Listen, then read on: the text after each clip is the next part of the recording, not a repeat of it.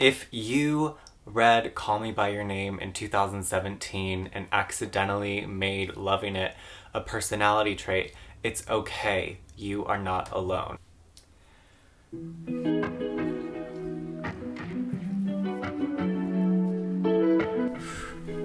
Hello, my name is Tiernan. Today I wanted to do a different sort of video. I recommend a shit ton of queer books on this channel. Many queer books of the last few years have become modern classics and just part of what is popular literature, I guess. And that is great. So I wanted to make a video that was kind of taking that into level 2 of those kinds of books. If you love this, you'll love this. And depending on where you are in, reading all the time, many of these you will have heard of. Hopefully you get some new recommendations out of this. If you read Call Me By Your Name in 2017 and accidentally made loving it a personality trait, it's okay. You are not alone. I'm guessing you loved the sweeping prose, the nothing held back storytelling, the depth of the main character, the voice, so I'm happy to introduce you to Cleanness by Garth Greenwell. This was my favorite book of 2020. I have to read it a second time, so I'm not sure about this, but it might be my favorite book of all time.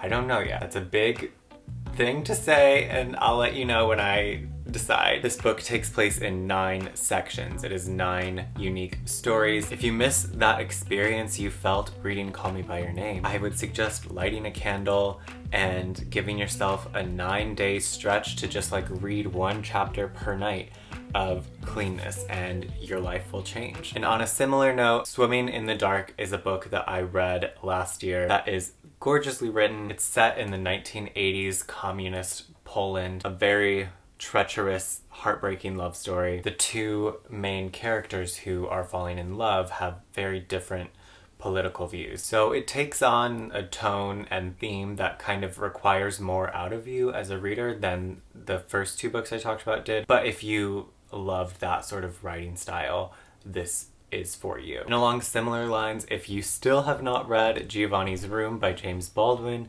but you have read Call Me By Your Name, that is something that you have to fix now.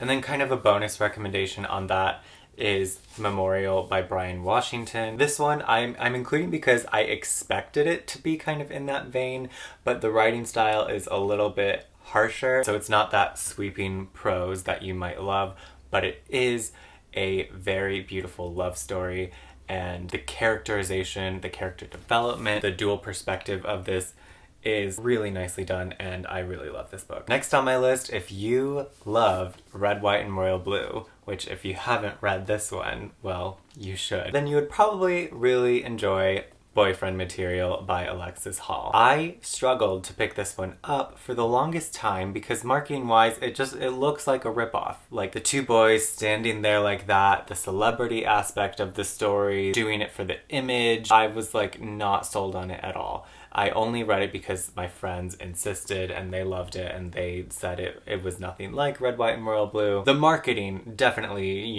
is thoughtfully very similar. But Boyfriend Material does hold up as an adorable rom-com. I'm not someone who reads romance novels all the time, and so when I get to, because they are gay and awesome, it's really fun. And I had a really fun time reading this book. It's like a solid 4-star book for me. Characters are funny, it's thoughtful, it's heartfelt. If you miss the feeling you had of reading Red, White, and Royal Blue and you've already reread it enough times and you're still waiting for One Last Stop to come out in May, I highly recommend reading this one. And we have a sequel coming out soon. Oh my god. If you picked up and loved You Should See Me in a Crown in the last year because it was a Reese's Book Club pick and has gotten so much well-deserved attention online, you might also enjoy Juliet Takes a Breath, which has sort of a similar vibe, but just kind of more mature writing, next step in the young adult journey I don't mean more mature to mean better, I just mean like it's a less youthful story. It has really important lessons about queerness and feminism, intersectionality, racism within the queer community, and is just really great. On the other end of that, this recommendation just made sense to me, but this is a middle grade book that I think all readers of YA should read, even if you are not a middle grade reader. It's King and the Dragonfly by Kacen Callender. Just such a stunning middle grade queer novel. I can't say enough about this book if you want to cry and be transported and just have your heart soar for everyone who is like a true middle grade reader now who gets to experience this book in their life.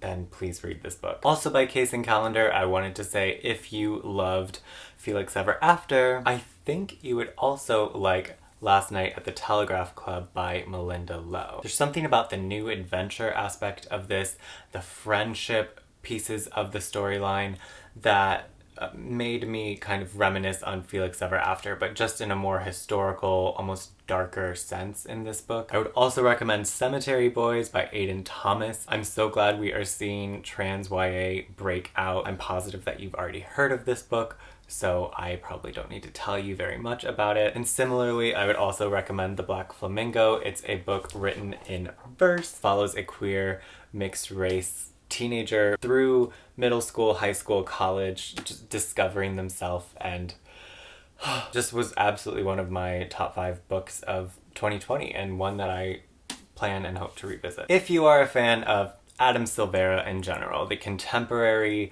dark, sad, queer books, I'm right there with you. I understand. Why do we do this to ourselves? History Is All You Left Me is also one of my favorite books of all time. They Both Die at the End is having a true moment right now that I think will last for years, and his frankly underrated first novel, More Happy Than Not. If those books have been your cup of tea, then you absolutely must read Like a Love Story by Abdi Nazemian. I have like a 13-minute video gushing about this book, and was probably the best YA that I read last year. It takes place in the 80s in New York City, follows 3 close friends, it's a love story, lots of pop culture references, ACT UP, fighting AIDS. It's like an unexpectedly educational, but just as entertaining book. Oh my god, my heart. You should also check out Arvin Amati and his book, specifically How It All Blew Up, which is his newest and best book, which is kind of a coming out story, uniquely structured, follows a Muslim teenager who sort of runs off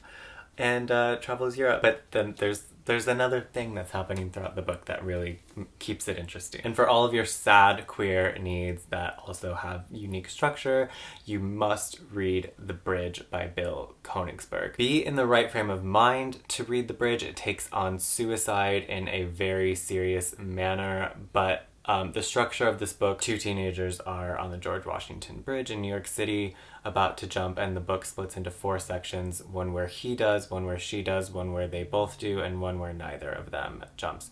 So that's all I need to say. It's really beautiful, and if you're a fan of Adam Silvera, you'll love this book. If you're a fan of Love, Simon, the more light-hearted, contemporary, lovey, queer books, I just finished reading an arc of this book called The Sky Blues by Robbie Couch. It's a debut novel and very much in the vein of Love, Simon, Simon versus the Homo sapiens agenda. You know, there's still plenty of conflict and unapologetic queer themes that, you know, sometimes are sad, but it is ultimately just like a really joyful story. It follows friends and promposals, and it's like a pre-chosen family story, you know. I guess you can have that in high school, but it's like, I want to read another book about this character going to college. I would also recommend, if you haven't read it yet, You Know Me Well by Nina LaCour and David Levithan. Just a really feel-good end of high school, graduation, friendship, queer story. I also really need to reread this one. And you also may enjoy The Gravity of Us by Phil Stamper, as well as his new book, As Far As You'll Take Me, which I haven't read yet, but look forward to. Well, this was a lot of fun, and I feel like I have many versions of this video in me, so if there are any that you'd like to see, let me know in the comments. Thank you so much for watching. I hope to have more videos like this up soon. Have a good one. My name is Tiernan. Links to everything will be in the description, and goodbye.